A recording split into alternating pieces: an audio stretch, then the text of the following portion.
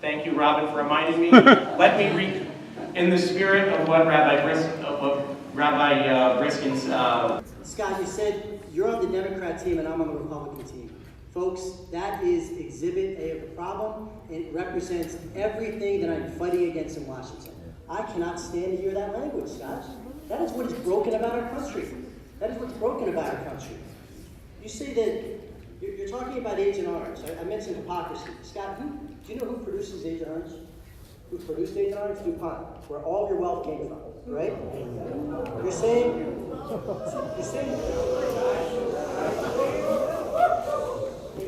saying the tax bill got passed at 2 a.m. That is false because I voted for it and it was not at 2 o'clock in the morning. You're saying it's going to cost $1.5 trillion. Do you know what GDP growth rate that's based on for a 10-year period? You don't know. Well, how can you make the claim when you don't even know the stat? It was based on a projected GDP growth rate of 1.9% over 10 years. 1.9%. Last year we grew at 2.7%. Last quarter, 4.1%. Does that seem like we're on a trajectory to be at 1.9% growth in GDP? There will be no $1.5 trillion pull in the debt, Scott. We were going for 10 years at a growth rate thumping along at 1.5, 1.6% growth in GDP.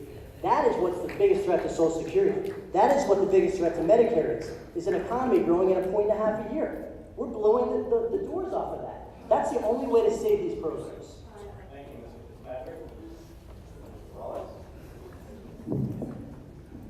If you think we can maintain a growth rate of 4.1% over the next decade, I suggest you consult with some real economists. Every single economist, when the tax bill passed, said that this is not going to pay for itself. The most liberal estimate was that it would pay for $200 billion a year, and most said it wouldn't even produce that. We are going to have a huge hole in the national debt, and we're going to have to, you're supposed to be a fiscal hawk. You sponsored the Balanced Budget Constitutional Amendment. But we just put a $2 trillion hole in the debt, and now you just voted for a new tax bill, which would extend the tax cuts, which would cost another $3 trillion, and there's no way to pay for that either. We have to be responsible about our spending, and we have to know where the money's coming from. It's going to be fun. All right. So, you're saying that we're better off going back to a tax code that was written in 1986, that was written by lawyers and lobbyists, multi-millionaire lawyers and lobbyists, to benefit multi-millionaire lawyers and lobbyists, like yourself, Scott, that 70,000 pages when you factor in the case law. The most antiquated, uncompetitive tax code on the planet, both on the individual side and the corporate side. Our corporate rate was 35%.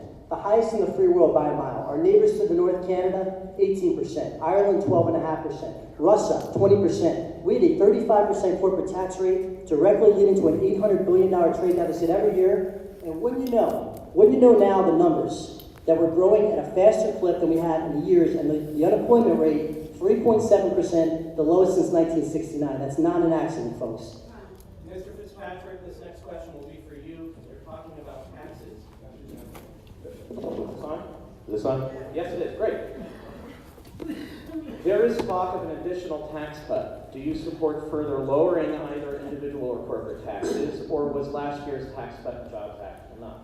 The goal with any tax reform, any regulatory reform, and any workforce development reform, because they are the three pieces, is a three-headed monster to economic growth, is finding the point of equilibrium. You have to find that point, that sweet spot, where tax rates aren't so high that they're crushing economic growth, but they're not so low that they're bleeding revenue into the government. The same on the regulatory front.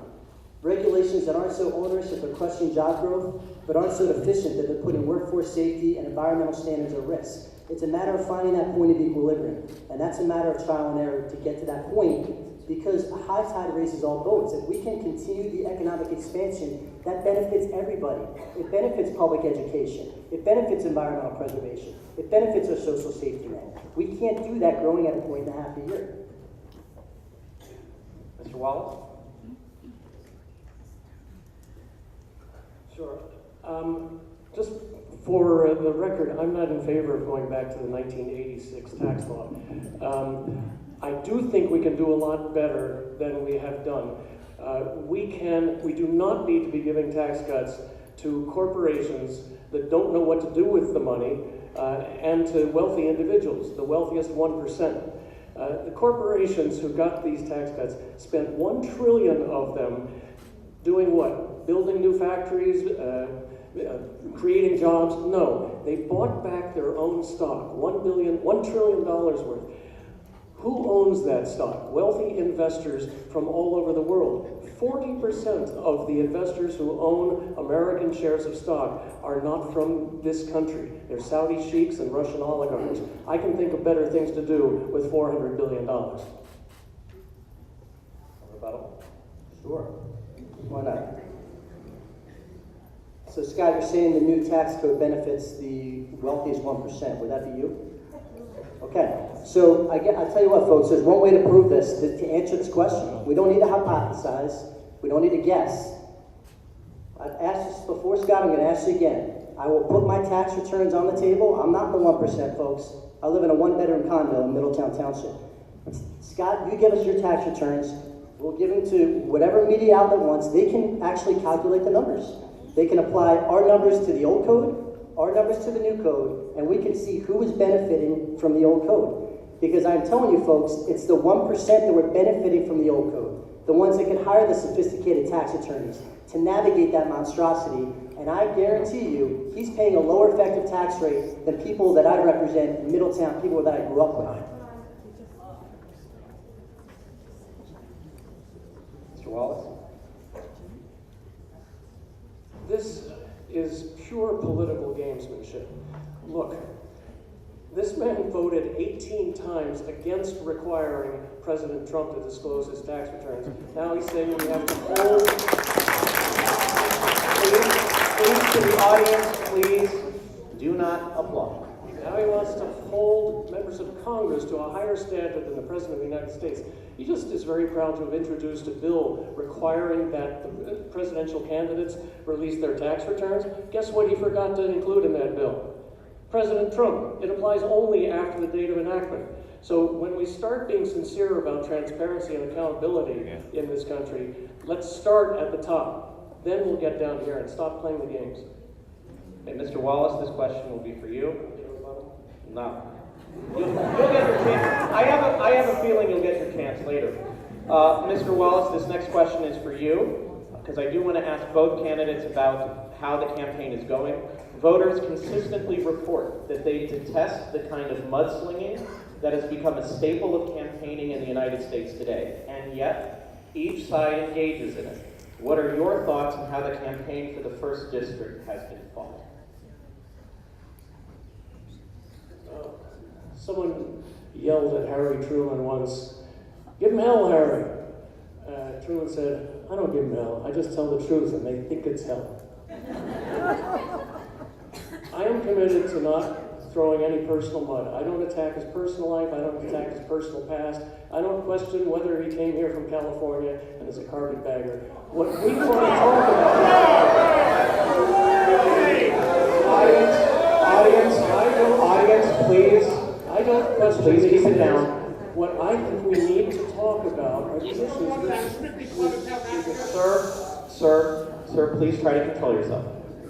I think we ought to keep the debate focused on real facts about the real issues that people in this district care about. And to me, that means the votes that the congressman has cast.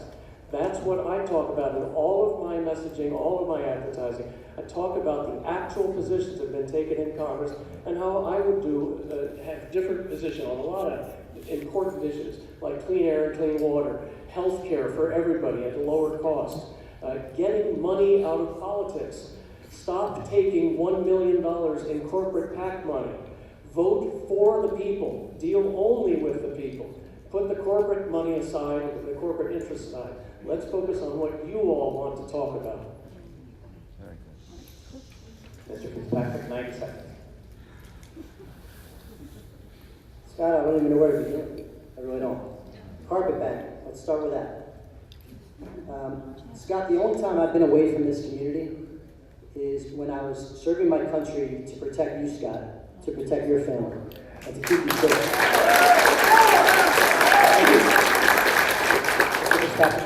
second. Please, now on every question, I'm having to remind everyone in this room to cease applauding for your chosen candidate. Please, we came here to hear their answers, not to hear everybody applaud. And, I mean, my goodness, Scott, for you to talk about carpet bagging, the first time you ever voted in this district was for yourself this year. This year. And you say no, Scott, but the Bucks County Board of Elections disagrees. His defense, not that this is a defense, he said, no, Brian, I actually voted once a half a century ago, in 1978. That's his defense. Bucks County Board of Elections has no record of him ever being registered to vote. Personally, I think that ought to be a disqualifier right off the bat. You never voted in the district, ever? And when he did vote, when he was voting in Maryland, never once did he vote in a municipal election, ever. So for all you people out there that are tax collectors, county commissioners, county officers, township boards of supervisors, he's basically saying your job doesn't matter. Because he couldn't even take the time to vote in those elections in Maryland when he was there. Taxes. Scott, leadership starts at home, okay? I will stand with you on stage, call on the president to release his returns. You and I do the same and release them. He's not going to do it, folks. He won't. He doesn't want you to see his tax returns. How rich is it that he's asking somebody else to do it and won't do it? I will do it today, Scott. I've been trying to do it for a month. You don't want to do it. What are you hiding? What are you hiding? I'm still going, okay? Money in politics. Money in politics. We had to take about a 20-second break for the applause. Robin, how much time do we have left?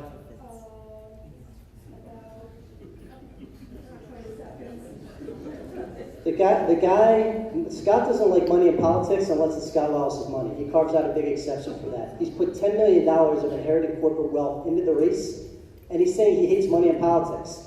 I put another request in. I said, Scott, let's cap spending in this race. I've raised millions, you're worth millions. We'll cap it, we'll donate all the excess to charities in Bucks County, who I work so closely with every day. Bucks County Opportunity Council, Rolling Harvest Food Rescue, Big Brothers Big Sisters, Habitat for Humanity. He said no. He did not want to do it. Thank you, Mr. Fitzpatrick. Mr. Wallace. And you say money's the problem. You gave a ton of money to the Obama administration and then asked for an ambassadorship. Now you're trying to buy a seat in Congress in a district you've never voted in, ever. Our next question is going to go to Mr. Fitzpatrick. Although Me Too has been a buzzword and rallying cry and movement for more than a year, the confirmation battle over now Supreme Court Justice Brett Kavanaugh shined a new light on the struggle of women to 1, be secure in their person, and 2, be believed when they come forward with allegations. Last week, the federal court system contemplated an investigation into Justice Kavanaugh's testimony before the Senate Judiciary Committee. How do you plan to address the institutional and legal barriers many women say relegate them to second-class citizens? Yeah, it's a huge problem. There's no question about it. And that has reared its head in a very ugly way this year in corporate America, in the media, in Hollywood, and in Congress. There have been a slew of pieces of legislation designed to remedy this, at least on a congressional front, full transparency, and ending what should have been obvious, not using congressional funds to pay for settlements, which is incredible that a law actually had to be contemplated to do that, but it was permitted. And we're seeing a rash across the country, and there have been a lot of people that have not had a voice for a long time. We're seeing it in the church scandals, we're seeing it in a lot of the corporate boardrooms, and all I can say is we need to do everything we can to make it as easy as possible and as comfortable as possible for anybody who's been victimized in any sense of the word to come forth and to feel open to talk about it and have a supportive, receptive audience in Congress as well to deal with it legislatively. Mr. Wallace? Well, I say the Kavanaugh hearing and the whole process was deeply saddening to me, very disappointing.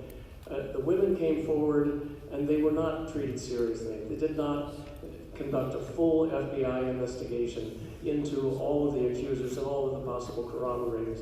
I'm afraid the process turned into a bit of a sham, and it's not, of course, the House's fault, but it's reflective of an attitude in Washington that tends to make excuses for this type of behavior, and that's a problem that starts at the top. I think that Congress has to do a better job of holding this administration accountable, whether it's conducting a fuller hearing and investigation on a nominee like Justice Kavanaugh and the women who came forward, or reauthorizing the Violence Against Women Act. Patrick, would you like to rebut? No, just on the Violence Against Women Act, it's actually myself and my Democrat colleague Kirsten Sinema who have been pushing for and have co-sponsored that reauthorization, and her and I are dead set on getting that done the second we return to this. All right, the next question is going to go to Mr. Wallace. Some have criticized this administration's foreign policy as needlessly isolationist, while others have endorsed such aspects as the president's aggressive trade policy, particularly vis-a-vis China. Are you supportive of the administration's global agenda? Why or why not? I'm afraid generally overall the administration's policy on foreign affairs and trade has been a great disappointment to the American people. Start with trade.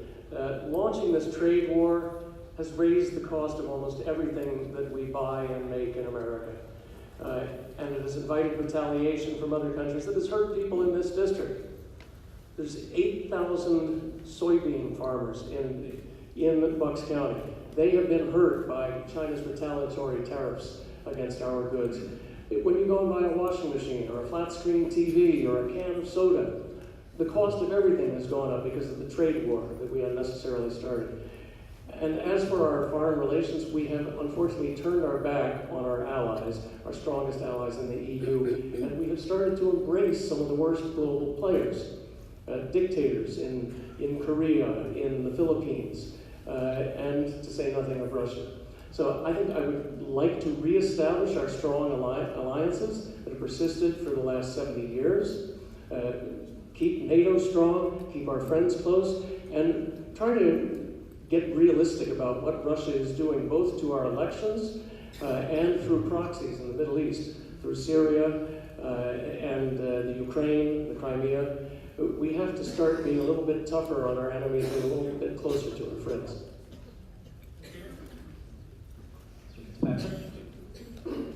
We'll start with what's working and then go to what's not working. Our economy is doing extraordinarily well. I think everybody should be able to agree to that. I'm not a particular fan of the tariffs. I said that in the primary. I think they're overall going to be harmful. Leeway should be given if there's a broader goal on trade policy. And I will tell you, I'm, as everyone here knows, very close with organized labor. I'm supported by the AFL-CIO, the only Republican in the state, and I believe in the nation, if I'm not mistaken. And I have as much of an interest as everybody here and as they do to make sure that any new trade deals benefit the American worker. And I think we all ought to be incredibly encouraged that the negotiations, at least early on, with Mexico and with Canada seem to be moving in the right direction. That should make us all happy, because everybody here should realize that we have been on the short end of the stick on trade for a long time. Like I said, a trajectory of $800 billion roughly every single year. That manifests itself in bleeding American jobs, which tends to increase unemployment, reducing revenue to the federal government, which makes it harder to fund all the programs that we need to fund. So the trade has been broken. I think we ought to give leeway to fix that with congressional oversight, obviously. Mr. Wallace? Well, Any Democrat in the entire nation. Any Democrat in the entire nation. Okay, so you can flaunt the 4 or 5 that you have, and I'll flaunt the 60 or 70 that I have. Okay, but I won't. They're supportive of me for a reason. They're supportive of me for a reason because I have their back. They know that. We have a phenomenal working relationship. And, Scott, they understand that this can't be a one-party issue. For the sustainability of any cause, you have to have friends on all sides. Again, hearkening back to the Problem Solvers Caucus. And the comment that he made, he's on the Democrat team and I'm on the Republican team. Folks, that should be so troubling to everybody in our community. That is exactly what I'm fighting against. Mr. Wallace, would you like 30 seconds? Sure. I do believe in bipartisan. I don't believe that we have to be sharply divided between Democrats and Republicans. There is far more that unites us than divides us. If we could just come together and talk like grown-ups, it doesn't have to be a civil war. So I totally want to work with the other side, but I just think we have to be focused on the people and what the people need and want, and not on what the corporations want. Mr. Fitzpatrick, this next question is going to go to you. Is a two-state solution to the Israeli-Palestinian conflict possible? How do you propose the United States work to achieve it? A two-state solution is not only possible, it's essential. And the United States has to work to achieve it by insisting on bilateral negotiations between Israel and Palestine, and not issuing edicts or directives from the United States or from the United Nations. That's what Israel wants. They've successfully done it in the past. They've successfully done it with Egypt, more recently with Jordan. They can do it. There's got to be two willing partners to come to the table and negotiate in good faith and be willing to make concessions. That's what's needed. But what everybody needs to understand is, and this is clearly a very, very challenging situation, it's one of the philosophical conundrums of our time and of our generation, is figuring out that very, very complicated question and problem. It requires mutual concessions, bilateral negotiations with Israel and Palestine, with no mandates from either Congress, the United States, or the UN. Mr. Wallace, two-state solution. I actually totally agree. Of course, we need a two-state solution. There are circumstances that are making that a little problematic right now. And I think one of them is the attitude of the Trump administration currently, that they want to provoke and withhold humanitarian assistance for hospitals, $25 million for hospitals in the West Bank, $200 million in UN funding for basic humanitarian aid. We can't have the conditions for negotiations for peace when one side is being harassed and harmed like this. The conditions in Gaza and the West Bank need to be addressed so that people will come to the bargaining table. We absolutely need to have two willing partners. And I was in Israel a couple of weeks ago with my wife, Christy, and we were dining, having Shabbat dinner with my family there, my cousins, and we saw the passage of the nation-state bill while we were there, and the incredible divisions that caused by declaring that the Christian population and the Arab population and the Druze population don't matter. I think we have to be more inclusive. It is the greatest democracy on earth, greatest democracy of our friends, and we need to be protective of its security, but we can do a better job of promoting the conditions for peaceful negotiations. Mr. Fitzpatrick, 45 seconds. I too was in Israel. Scott, were there any Republicans on that trip? Were there any Republicans on that trip? Do you want to? AIPAC, okay. Because I want to talk about a trip that I went on. It was basically all the freshmen, newly sworn in, bipartisan delegation. One of the most impactful trips of my life, and that's saying a lot, because as an FBI agent, I had the opportunity to travel throughout Europe and Africa and Asia and the Middle East, meeting some amazing human beings, amazing learning experiences. But the most impactful trip of mine by far was the time I went to Israel with Steny Hoyer and Kevin McCarthy, standing with a bipartisan delegation representing 1/5 of the United States Congress on Israeli soil, showing our unified support. It was an amazing experience, one that I'll never forget. And okay, sorry about that. I'm running. I'm so shocked and disturbed at the assault on women's reproductive rights. The effort to undercut Roe v. Wade at every turn, the appointment of Brett Kavanaugh, who has announced his opposition to Roe v. Wade. My mother was president of Planned Parenthood of Bucks County. After that, my father was president of Planned Parenthood of Bucks County. My first legal job out of law school was a successful constitutional challenge to Pennsylvania's restrictive anti-abortion law. And for the last 15 years, Christy and I and our foundation have made reproductive rights in America and worldwide a centerpiece of our entire program. Our focus is entirely on empowering women to make their own choices. There's been some attacks made that I want to tax people for having more children, more than 2 children. I personally have 3 children. Christy is one of 6 children. I'm one of 4 children. I have no problem with people choosing to have as many children as they want. But we do need to empower women to make their own choices. That is a bedrock of women's rights. When my grandfather ran for president in 1948, he was the first presidential candidate ever to run on a platform of equal rights for women and equal rights for African Americans. I'm proud of that heritage, and I intend to fulfill it in my career in Congress. Mr. Fitzpatrick, 90 seconds, reproductive rights. Sure. Yeah, so this is yet another question, a difficult question, one of constitutional concern, obviously. So if you look at the Roe decision back in 1973, Justice Blackmun's decision, basically what it did was created a right to privacy that emanated from the substantive due process clause of the 14th Amendment. It's been modified in 1991 in KCV Planned Parenthood, modified again in 2000 in the Carhart decision, and I basically subscribe to the Anthony Kennedy view, which is consistent with the way I voted this year. Myself and Senator Bob Casey both voted the same way.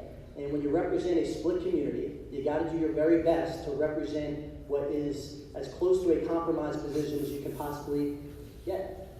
Our vote was at 5 months. Bob Casey voted the same way. And at some point, everybody's got to figure out where they fall along the continuum, because this is obviously very, very sensitive stuff. And every single one of us falls on a different place. With Justice Kennedy, one of the brilliance of his writings was finding that place where states at certain points have some ability to provide some parameters regarding that. Thank you, Mr. Fitzpatrick. Mr. Wallace, 45 seconds rebuttal. There are a lot of issues where you can go right down the middle and try to be bipartisan and moderate, right-centrist. Abortion is not really one of them. You voted to defund Planned Parenthood. That is health care for millions of American women. You voted for a personhood amendment to define a fetus as a person, which is a precursor to a constitutional amendment or a constitutional ruling saying that abortion is a criminal act. I am firmly pro-choice. I don't know how you can try to be something down the middle. I am for a woman's right to choose. I'm for Planned Parenthood. I'm for health services for women that are delivered by Planned Parenthood. Scott, what are you going to do to represent the people in this community, half of which disagree with them? Just say, no good, sorry, you're dumb, you're not, I mean, what's your response to that? Scott, and first of all, I did not vote to defund Planned Parenthood. You're lying about that. That defund provision was in both healthcare measures, both of which I voted against. So do you know the bill, the provision that you're referring to? Yes. What is it? It's in all my letters. No. What is it, Scott? Do you know who authored the bill? Are you saying that you voted to fund Planned Parenthood? No, I'm saying I did not vote to defund it. Those were in the healthcare bills. Okay? All right, that's good. Mr. Fitzpatrick, please keep the applause down. Mr. Fitzpatrick, a follow-up question. You mentioned the vote that you made, which agreed with Senator Casey, cutting off the time at 5 months. If half of your constituency wanted you to vote to make the cutoff at the second trimester, would you vote for that? Well, 5 months. So the bill was, listen, this is complicated stuff. The bill that was before the House, which myself and Senator Casey supported, was a 5-month bill with a slew of exceptions. This is hard. These are hard decisions. And this is the part of the job. This is the part of the job where, and some people can say, and Scott says, I have my views and I'm just going to ramrod them through. I have my views too, Scott, that aren't necessarily consistent sometimes with the way I vote, because I do my best to be a collective voice for the entirety of my constituents. That's the job of a representative. Mr. Wallace?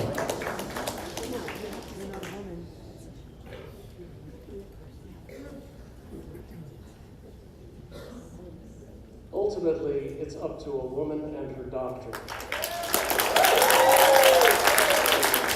May I remind the audience to please not applaud. There are so many circumstances that may be taken into account between the woman and her doctor. Are there health threats? How big are the health threats? What is the age of the fetus? Yes, all these things are important, but ultimately the decision is a private one. The government has no business intervening in the discussions between a woman and her doctor. This next question is going to go to Mr. Wallace. So something also comes from the audience, and this has to do with gun control. What is your position, please, on banning assault weapons? I favor banning military-style assault weapons and high-capacity magazines and bump stocks and silencers. I would repeal the immunity that Congress granted to the gun industry in 2005 at the urging of the NRA. I would require biometric trigger locks on all guns sold in America, the same thing that you have to use to unlock your iPhone. The technology has existed for years. The NRA convinced the Congress to prohibit the U.S. Army from putting it into all military weapons. The Army wanted to do it so that the enemy could not take a weapon from a dead soldier and use it to kill our soldiers. So the technology is there. If we had it at the time of the Newtown massacre, the Newtown massacre wouldn't have happened. That was a 17-year-old boy who took his mother's gun. He was depressed or disturbed in some way, and he killed 20 first graders. If that gun had been fit to recognize only the owner or authorized user's fingerprint, that massacre would not have happened.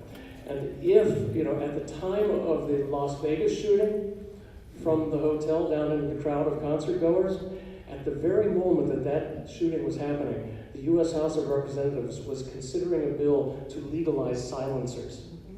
Just imagine how much worse the carnage would have been if nobody had heard the pop, pop, pop of the bullets and just saw people falling down around them. We have to have a Congress that will stand up to the NRA and their obscene amounts of money that have bought politicians. I don't accuse Congressman Fitzpatrick of taking NRA money, but he votes with them far too often. Mr. Fitzpatrick? Well, you ought to tell that to Mike Bloomberg and Gabby Giffords and Everytown and everybody else who's endorsed me, Scott, because they disagree with you, okay? And what they too recognize is the importance of bipartisanship in gun safety and school safety, which I've been a leader on. I've been a leader on it, Scott. I know you don't like to admit that, but they have stepped forth. I have been on the steps of the Capitol, taking the lead role on this. I've given floor speeches on the floor of the House of Representatives promoting gun safety. Now, I don't just believe, I'm not aware of anything you don't want to ban, Scott. I'll tell you one thing I disagree with you on is biometric trigger locks. And let me tell you why that is a problem. Because if there's a person who is protecting themselves or their family in their home in the middle of the night, and somebody's got my iPhone, how many times has your facial recognition or fingerprint recognition on your iPhone failed? How many times has that happened? Scott, do you mean to tell me that you want to risk people's safety in their homes in the middle of the night at 2 o'clock in the morning when they're getting raided because their fingerprint isn't recognized? That's a bridge way too far as I'm concerned. The Problem Solvers Caucus has all the bills we support on the website. Mr. Wallace? So you heard that. That's a no. I will not support banning assault weapons, just to be clear on what we just heard. Audience, please. Mr. Fitzpatrick, you will have a chance to rebut. I think floor speeches are just fine, talking about how much we deplore guns and how much our thoughts and prayers are with the victims. What we want to look at is action. And by the way, you mentioned Michael Bloomberg endorsing you. I'm afraid you're mistaken there. Today he endorsed me. The audience, please. Mr. Fitzpatrick. You have Everytown's endorsement? Okay. Well, Everytown is his organization, and the question is on guns, right? Scott, all of our legislation is public. And by the way, I think I called for a ban before you did, if I'm not mistaken. You can check that out, okay? Scott, because Jonathan Feinblatt, who is Michael Bloomberg's executive director of Everytown, will tell you that you can't legislate based on the cosmetic features of a gun, which is the bill you're talking about. Manufacturers simply circumvent that.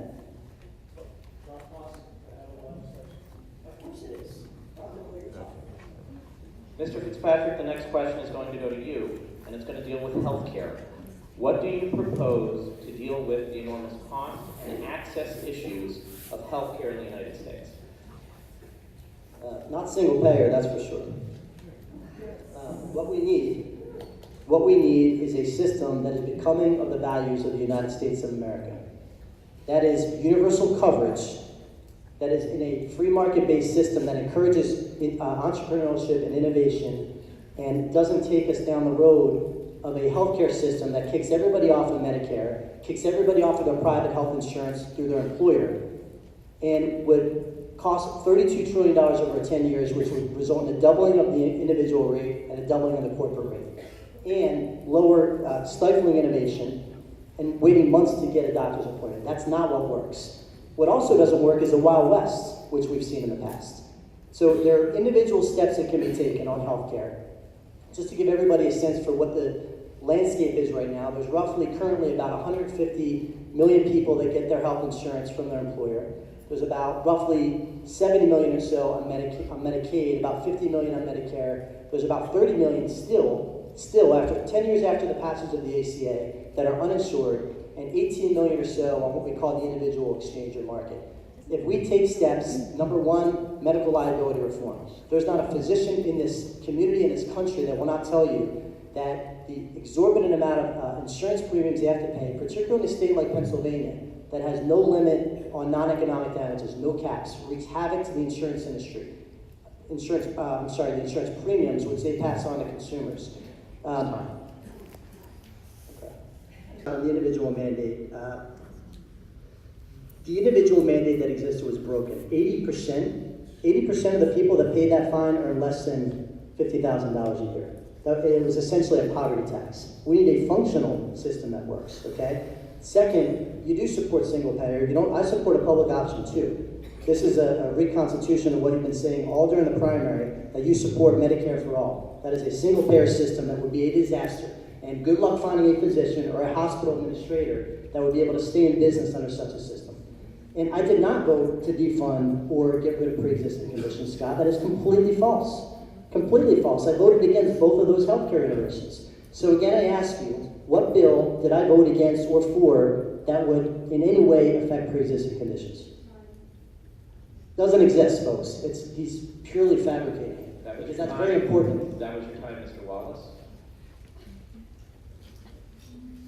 I will be happy to get you the names and roll call numbers of those votes where you did vote twice to strip protections from people who have pre-existing conditions. By the way, 52% of the people in the 1st District of Pennsylvania have pre-existing conditions.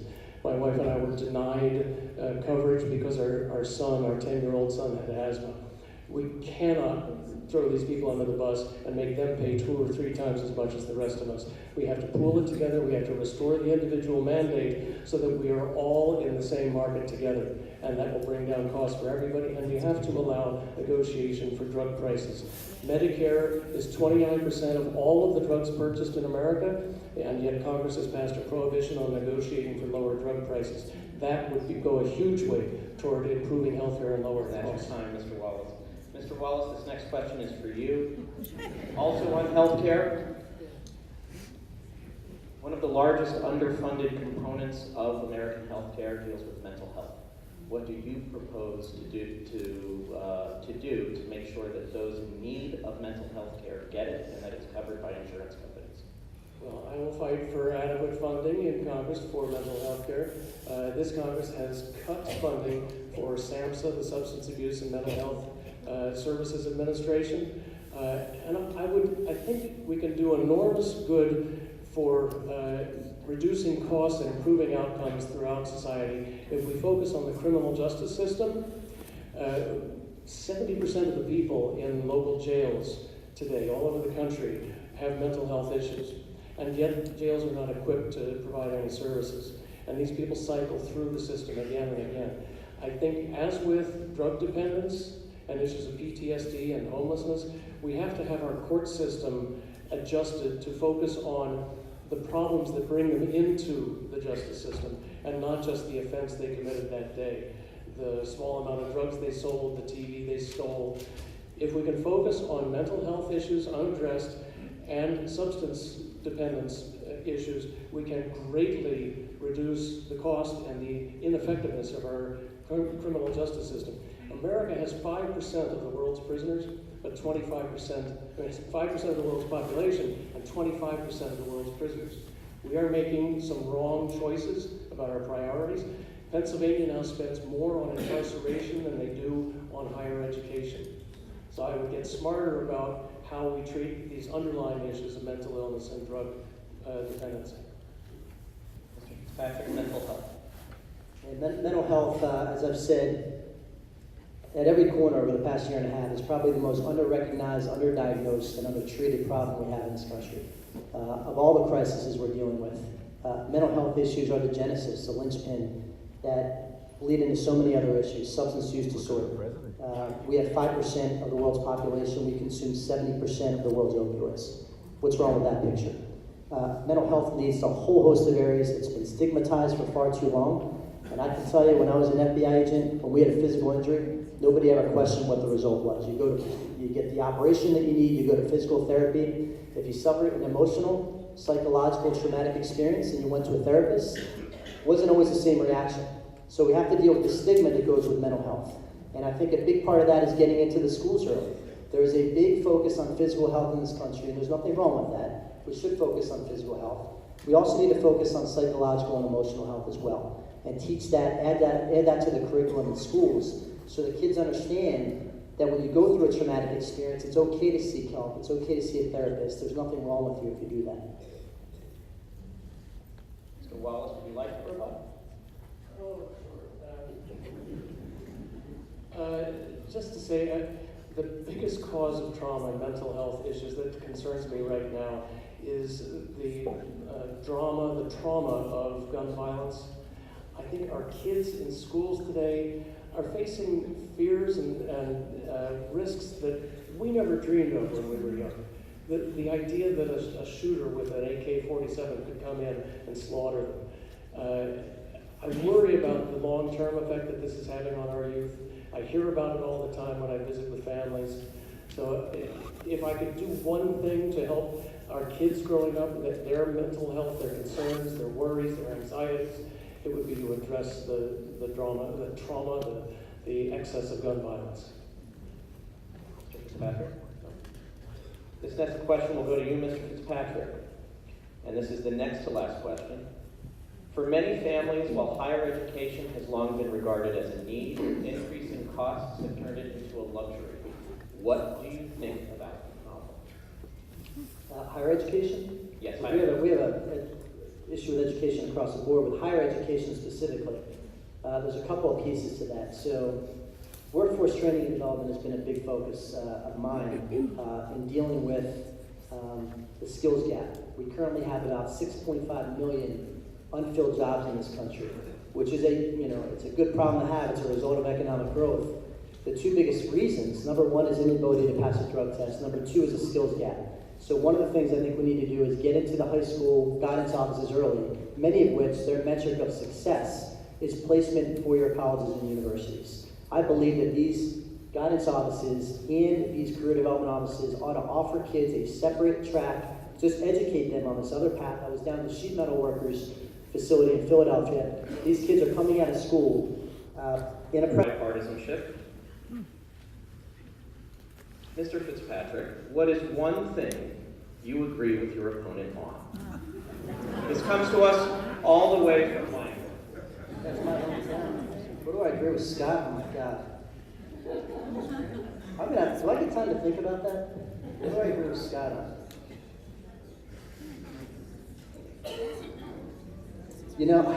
I wish I could answer that question, to be honest, because let me answer the question this way.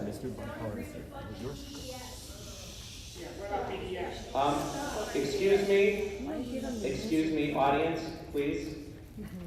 One of my, politics is always a spirited discussion, and I've certainly had several of them since doing this. And there's different kinds of Republicans and different kinds of Democrats, and I'm certainly consider myself a centrist. I get beat up for that a lot amongst some of the Republicans. And there's a certain kind of Democrats that are the problem solvers. And one of my big concerns about Scott was that he's not a problem solver type Democrat. He's more towards that socialism end of the party. And I'm not sure he would disagree with that. I think a lot of his views are such. I got to be honest, nothing comes to mind, to be honest, that I can think of. Please be quiet. Other than the obvious, that Scott loves his country for sure, as do I. But as far as issue specific, I'd have to think about it, to be honest. Nothing's coming to mind. Thank you, Mr. Fitzpatrick. Mr. Wallace, the question is, what is one thing you agree with the opposing candidate? I admire and respect Brian's service to his country in the FBI. I respect the institution of the FBI. I wish the current administration had a little more respect for the FBI and for the institutions of our justice system. I'll respond to the shouted question briefly. I totally oppose the BDS movement. I disavow it. I have never funded it. Those were grants made by another member of our foundation over which I exercise no control. It was a brother who shall remain nameless. Family foundations are delicate businesses. I totally disavow the BDS movement. In our trip to Israel, by the way, I talked about it a lot with academics and military folks and government people, and I saw firsthand, I saw the SodaStream plant, which employs half Bedouin Arabs and half Jews, and I saw the destructive impact that it has on jobs and on the people of Israel. And I'm more committed than ever that it is a movement that is dangerous to Israel. It has been taken over by forces who are deeply anti-Israel, and so I totally disavow it, and I support Israel and its right to exist and its right to self-defense. Again, Mr. Fitzpatrick, would you like 45 seconds? All right, we'll move on to closing statements. Mr. Wallace, your minute. Now, thank you, Josh, for moderating. Rabbi Briskin is doing a fabulous job replacing Rabbi Simon in the beautiful facility here. Their motto is many voices, one song. What an appropriate motto to have. And I want to thank y'all for coming out. This is rough business. It really is. I wish it wasn't like that, but the reality is. And I got to tell you, talk about a massive paradigm shift for me. Leaving law enforcement, the world of facts and evidence and law and truth-telling, to what's essentially the Wild West, where people can say whatever they want with impunity. It's a massive paradigm shift. And, I'll make no mistake, I take an issue with a lot of what Scott's putting out there, because it's not true. Unfortunately, it isn't. But the reality is, the good thing about these debates is we get a chance to cross-examine each other. And at the end of the day, I talk so much about this caucus that I believe in and the need for bipartisanship. That's really what I'm fighting for. When I wonder why we take the beatings that we do every day, it's my belief in that I think the biggest threat facing our country are the polar extremes that believe in single-party solutions. That's not the answer. It's not. And one of the challenges representing a district like this is you need to be a voice, do your best to be a voice for everybody, including the people that didn't vote for you. That's the proper view of representation. That's what I'm doing my best to do every day. It's what I hope to do for the next 2 years. Thanks.